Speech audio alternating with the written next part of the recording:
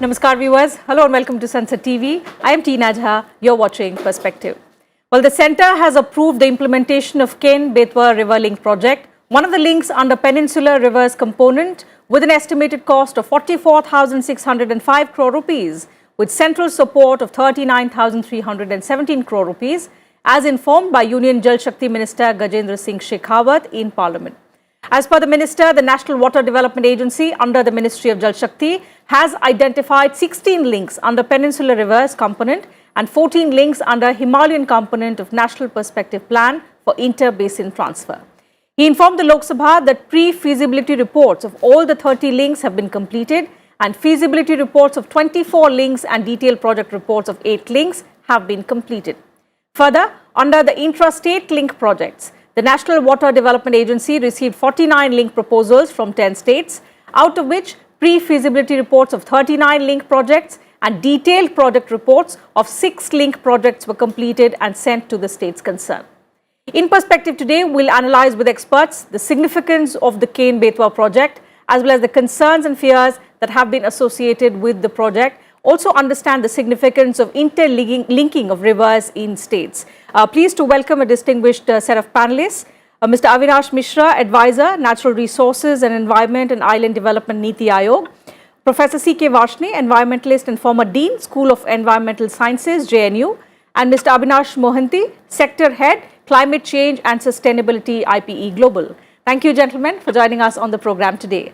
Mr. Mishra, let me come to you first for the opening remark. The fact that, the government has sort of given a status report of how it's progressing in the ILR project, it seems it has finally managed to shake off the dust along the way in implementation of the Ken-Betwa project, which is, of course, the first project in the pipeline. So if you could talk to us and our viewers first about the significance of this particular project. How beneficial is it going to be for the drought-prone Bundelkhand region? Yes, definitely I would like to convey that there used to be a time while the trains used to take the water to the Bundelkhand region and there was a ample migration from the area and to many we might have come across in the construction industry, the majority of the laborers were from the Bundelkhand region. The only problem was this, the water was not available even for drinking and for all other purposes, for irrigation and for agriculture operation, almost it was not there. Despite the fact that the Ken was having the surplus and the Betwa was having the deficit. So the Ken-Betwa link which was established, population of both the states can be provided the drinking water facilities, something close to 12 lakh hectare. The irrigation benefits will be there out of these two, some 8 lakh hectare there in Madhya Pradesh and 2 point something lakh hectare in Uttar Pradesh. So both these states are beneficiary and several districts in the Madhya Pradesh and several districts in the Uttar Pradesh, they are all beneficial. There will be incidental power generation. There will be something around 5,000 jobs of skilled and unskilled laborers will be created directly after the implementation of this mega project, and the sufficient water will trigger the economic activity which will come in terms of the agriculture production, which will come in terms of the marketing and all other associated activities to grow and to generate. And I'll tell you, this is the first interlinking project in the country.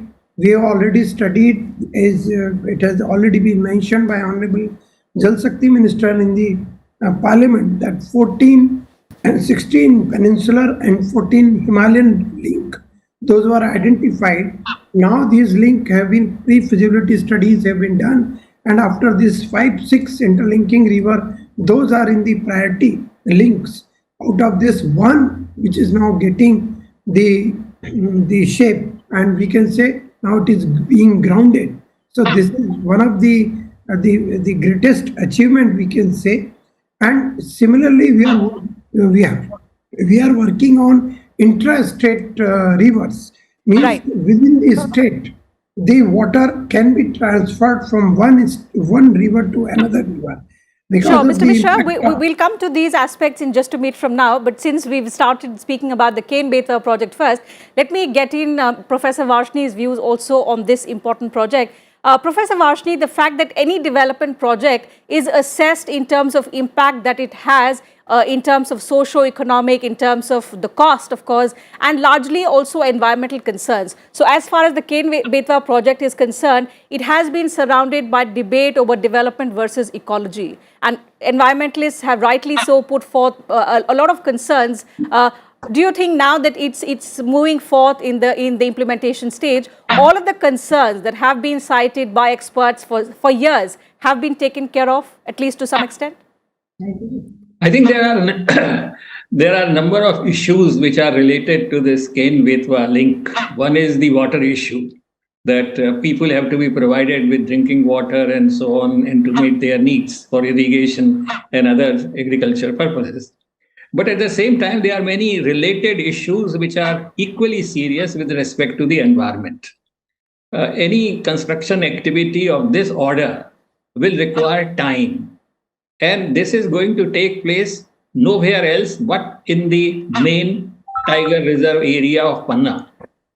And I think 64% of the dam which is going to be constructed is going to be in the Panna Tiger Reserve, and of which 46% is going to be in the core area.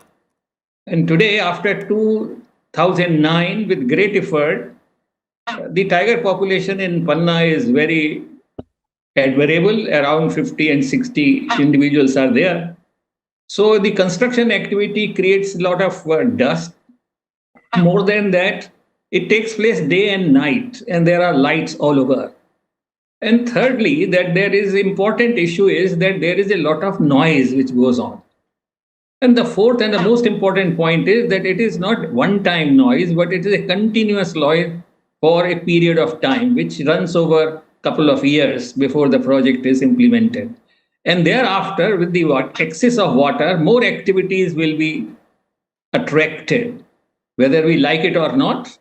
And therefore, the issues are to be seen from this perspective as well, because environment is nobody else's property, but it is our own property, and we derive benefit of all kinds from the environment, be it Bundelkhand or the Betwa river ecosystem or the Ken river ecosystem. So I think that these are the issues which are there.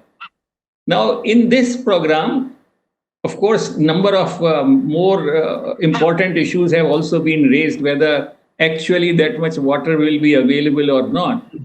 The important point to my mind now is that climate change is descending over us. It is already there, and it's going to intensify further.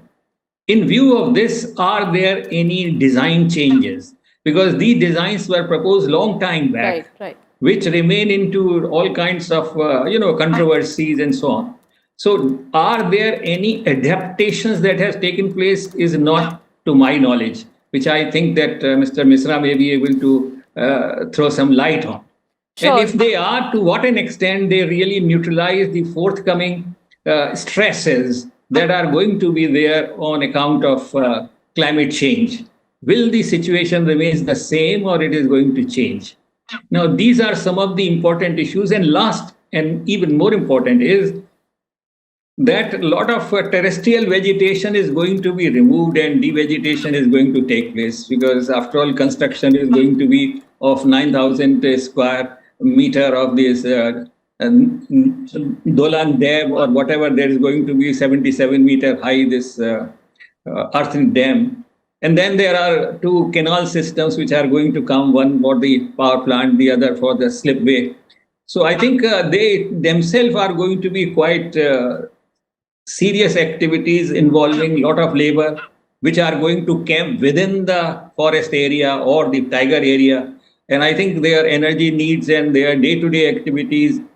Recently, we know that one tiger has been killed, 2-year-old, and has been hanging on the tree in the Panna Reserve. And I think these are some of the concerns which adequately have been highlighted by the Absolutely. And various how environment. these concerns are being addressed, Mr. Mishra, is something that I'll come back to you in just a bit. But let me get in Mr. Mohanty's perspective as well.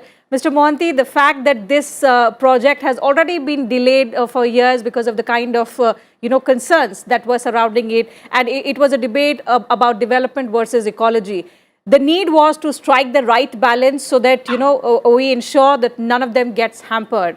Now that we are, marching ahead and we hope to address the water woes of people in the Bundelkhand region, do you also think that the aspect of ecology has been addressed at least to some extent? One of the very important facts that this project implementation is going to bring about is that Ken Betwa project has been talked about, and Professor Varshney has just hit the nail by saying that climate change adaptation and mitigation benefits from a design point of view. That's very important. While we are thinking of, and India's thought leadership has been garnered across the globe for the climate action mainstreaming, one of the important factors that has to be, or we should be rather very cognizant of when such large scale projects have been implemented, is that the nexus between lives, livelihood, ecosystems, economies, and infrastructures.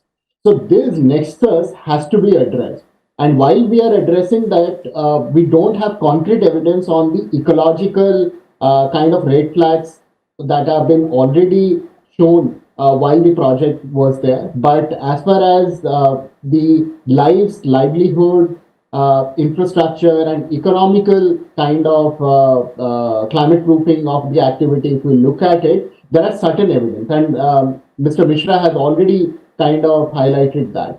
So in terms of ecology, we will have to understand that one is we need to restore our ecosystems. And while we are talking of restoration, we should not trade off between one ecosystem services for kind of mitigating the climate impacts. So here, Ken Betwa project is actually a classic example of that. We are trying to mitigate the drought problem, and with India's 3/4 of the districts being extreme event hotspot, and more importantly, 40% of the districts showcasing a swapping trend, that is traditionally flood prone areas becoming drought prone and drought prone areas becoming flood prone.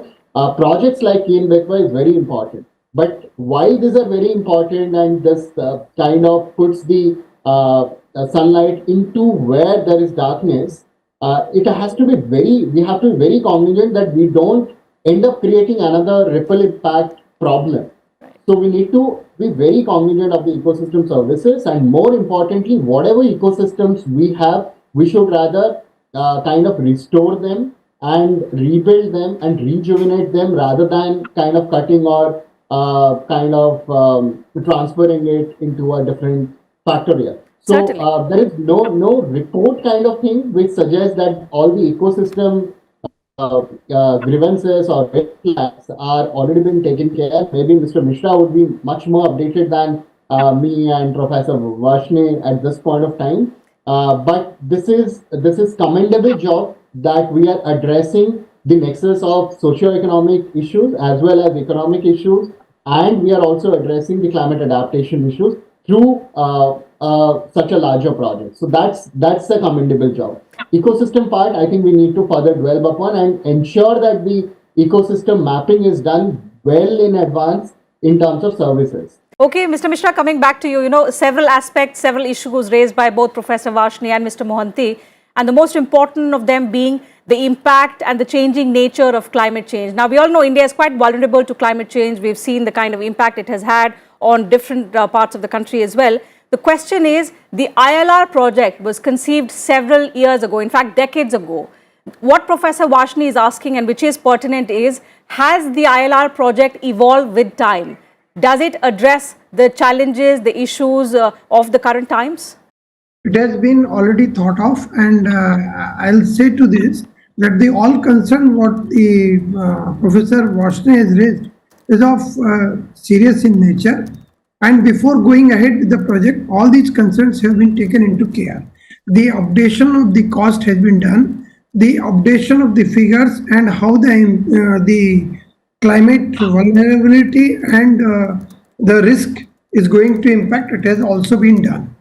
As far as it is not only the dam what we are constructing, as he has mentioned, 77-meter high dam. But despite of that, there will be several tiny storage will be created in the form of tanks and ponds in and around in the area. And the tiger reserve, what it's saying, it is only the submergence part of the of a small fraction, which is around something around 4,000 hectare, which will be submerged, and rather it is a protected to the protected area where there will not be any intrusion to the tiger reserve.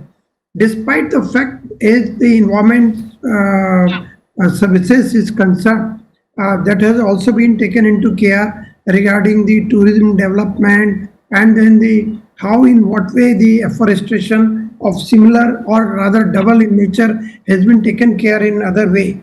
So it is not like that, and it is not to be very long project construction phase. It is only 8 years, and that too will be some part in the UP and some part in the MP and some part in the upper reaches.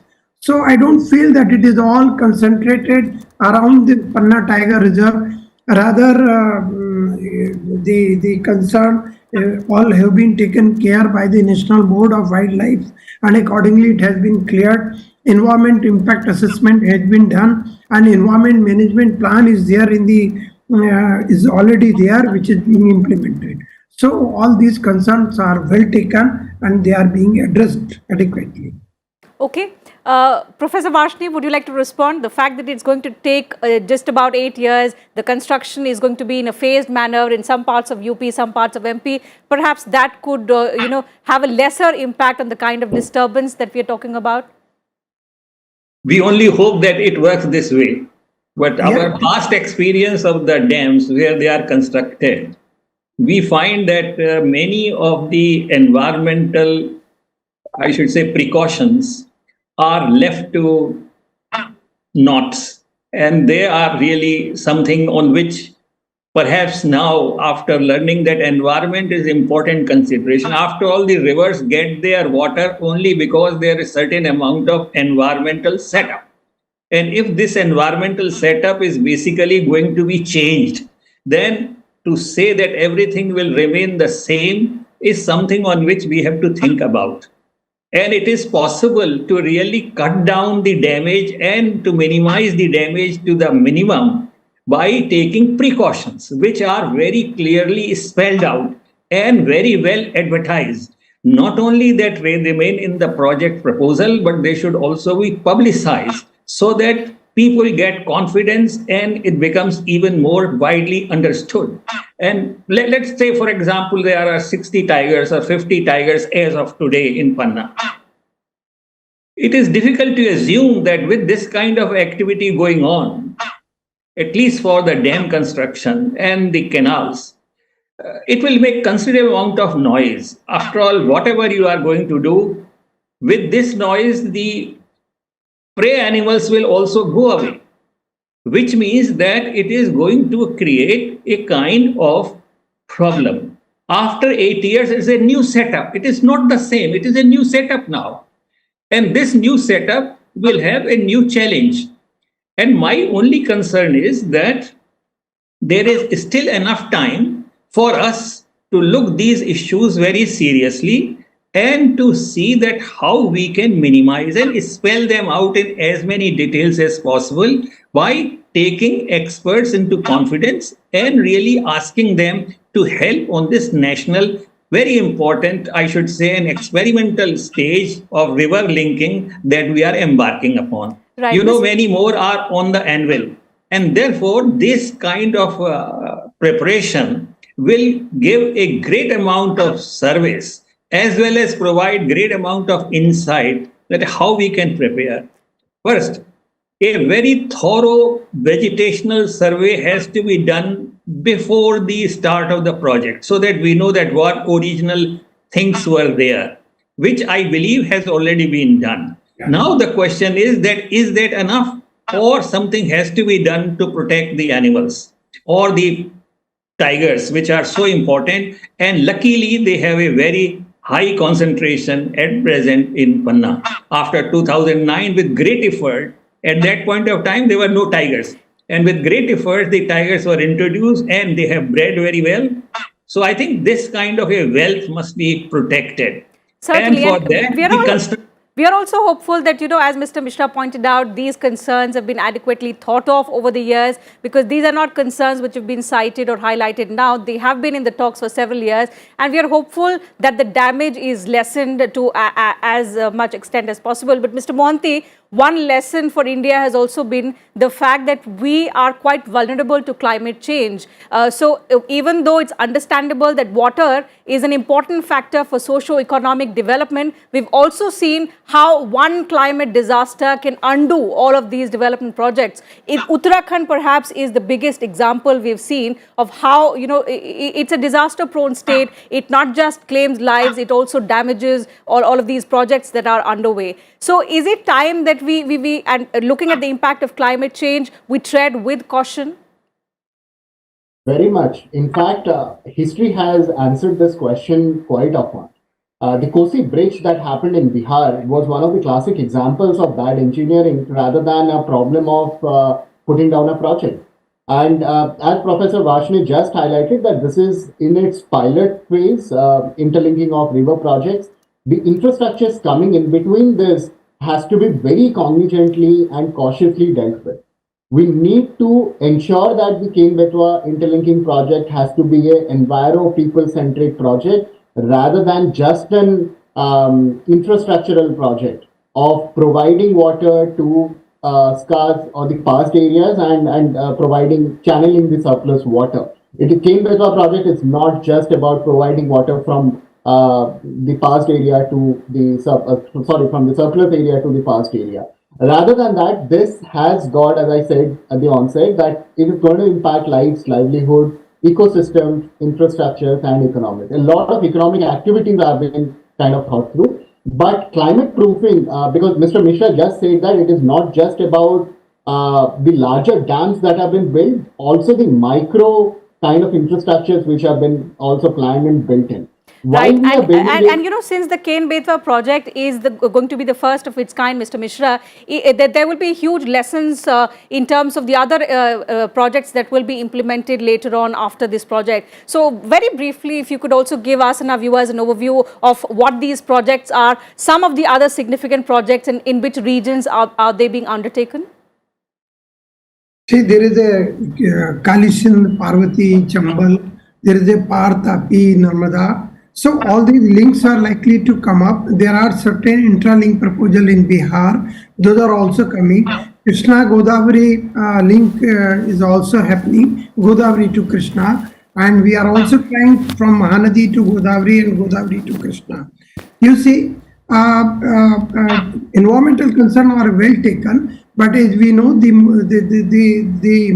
minimize or to mitigate the impact of climate change, we need to create the storage. The per capita storage in India is something around 270 meter cube per capita. Despite China has got 1100 meter cube per capita, US has got 6000 meter cube per capita, and many other countries, those that are developing or developed, they have got such a huge water storage capacity. And in case if the water deficiency is there, we are going to impact our economy by 6% of the GDP. So it means that we should move ahead with the proper management plan and all. As I already spoken, that there is already environment management plan, there is already environment impact assessment. We are not creating only a big reservoir, but subsequently we are also creating so many tiny reservoirs. We are feeding the tanks also in root irrigation. Everything is happening. The groundwater will get recharged. So it is not only the project which we can perceive from the drawing board that it is only diversion of water from one water deficient area, one water surplus area to water deficient area. Clearly, but in PP, there is a lot of things those are happening, and I think this will be model project, and we will move ahead with this further in many other projects. 5 more projects we have got in pipeline to move further. Absolutely. So, even though there are several positives, several negatives in the sense of a lot of concerns being cited, we are hopeful that this is going to be a model project and will adequately address all of the aspects, all of the challenges that have been spoken of over the years. So with that, I'll have to wrap up the program. Thank you, gentlemen, for joining us on this edition of Perspective and sharing your thoughts with us and our viewers. And to you viewers, thank you very much for your time.